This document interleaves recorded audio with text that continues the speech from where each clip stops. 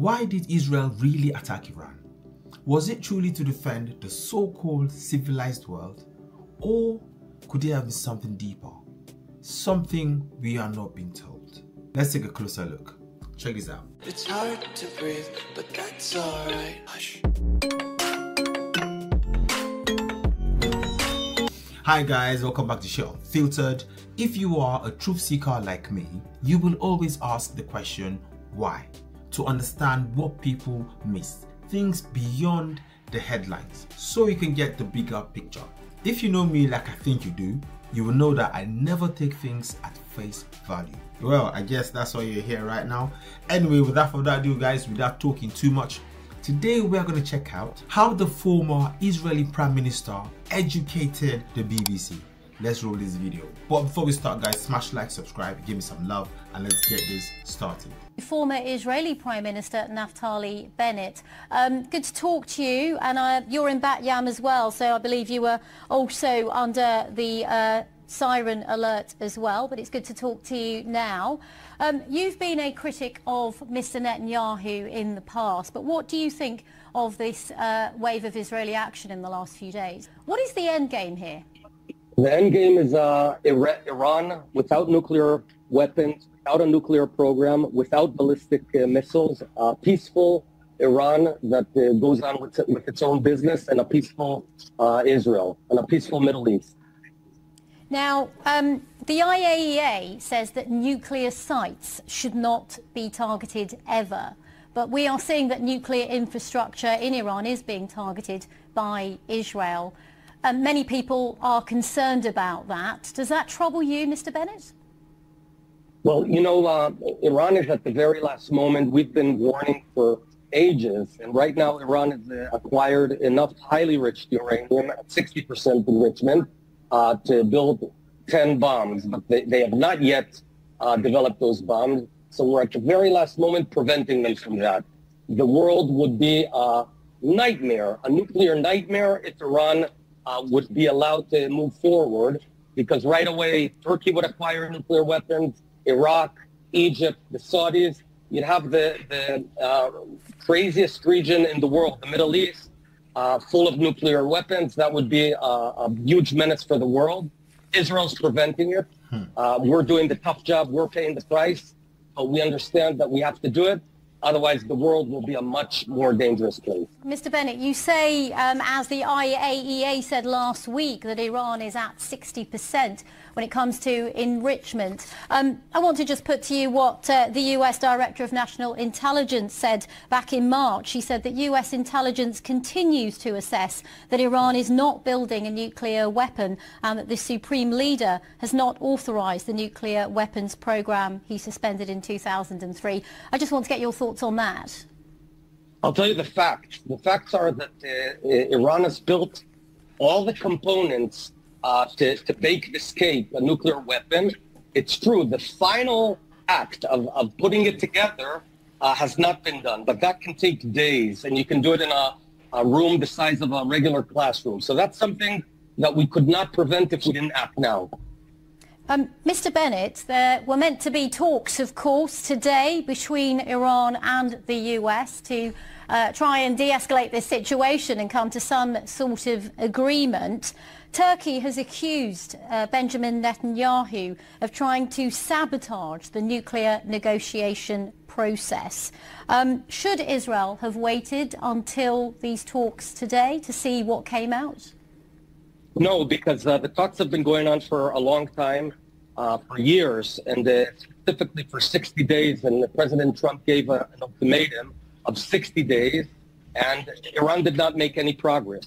What we're doing now actually increases the chances Iran will come and negotiate, and here's what we need. We want a deal also. We want a deal where Iran doesn't have nuclear weapons or the capacity to build them, and doesn't have ballistic missiles that can kill Israelis or Europeans or Americans. If, you know, this is tantamount to the year 1938. Imagine Czechoslovakia, instead of agreeing to the Munich Accords, it would have attacked the Nazi regime and destroyed its programs. This can prevent really the worst outcome. So we're doing a very thankless job. It's quite unbelievable that we're being attacked for doing the dirty work of the world.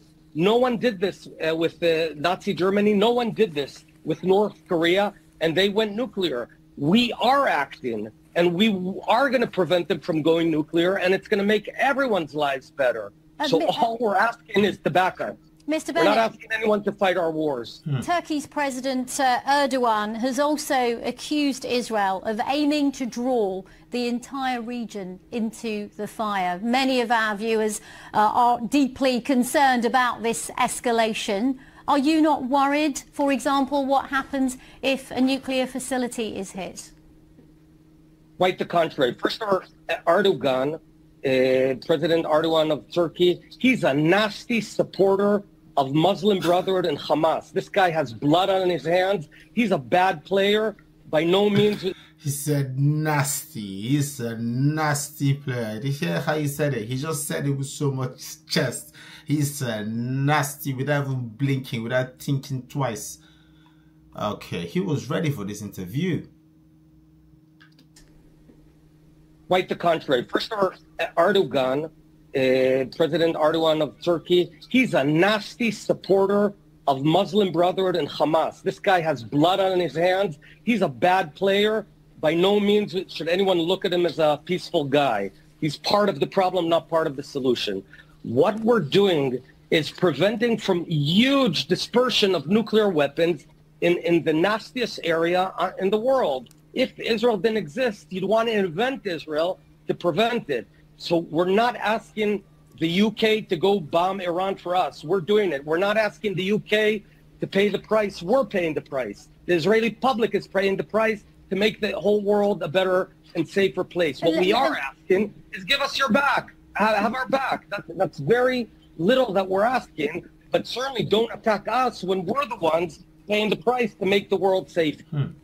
Okay, former Israeli Prime Minister Naftali Bennett. Okay, guys. Okay, you heard him. You heard him. He didn't come here to play at all. He came here straight, speaking facts, saying things as they are. All right? He had no time for propaganda. Take a moment and think about October 7th. Imagine Hamas actually laid their hands on nuclear weapons. Just let that sink in. Think about the catastrophic event at the Nova Festival. Basically, what he's saying makes so much sense, because if what they say about Iran is true, that they are arming, those extreme groups, then imagine they actually went on ahead to develop nuclear weapons. Okay, the truth really, really hurts. If you know truth, that thing really hurts. He stated some things here. He said the Middle East is the nastiest place, all right, and he's referring to the acts of terrorism that we see. Something that I'm getting from this interview is the way this BBC presenter is questioning him. It's like she's insinuating that Israel were too hasty with their actions. They were too quick to act, almost as if they are wrong to do this.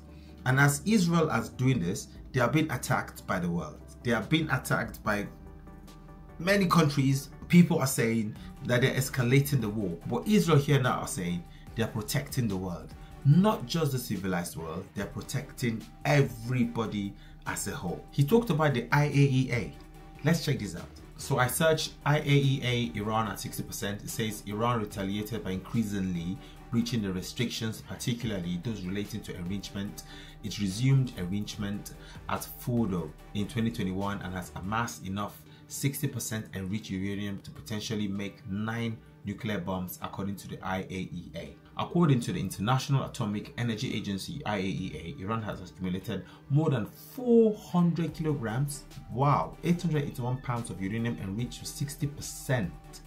That level of enrichment far exceeds what is needed for civilian energy production and is close to weapons-grade material. So the facts are pointing towards justification for Israel attacking. Once Israel sneezes, the whole world goes, they're infectious, quarantine them, put them in quarantine, That is the state of the world. But guys, what do you think?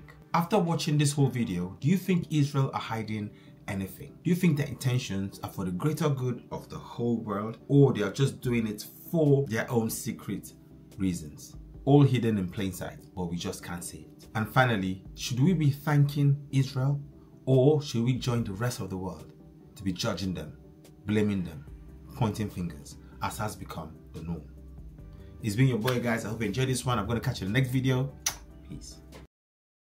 Oh, I love you more than words can say. You are me. Oh, you are the light that shine in my way. You are me. Oh, I love you more than words can say. You are me. Oh, you are the light that shine in my way.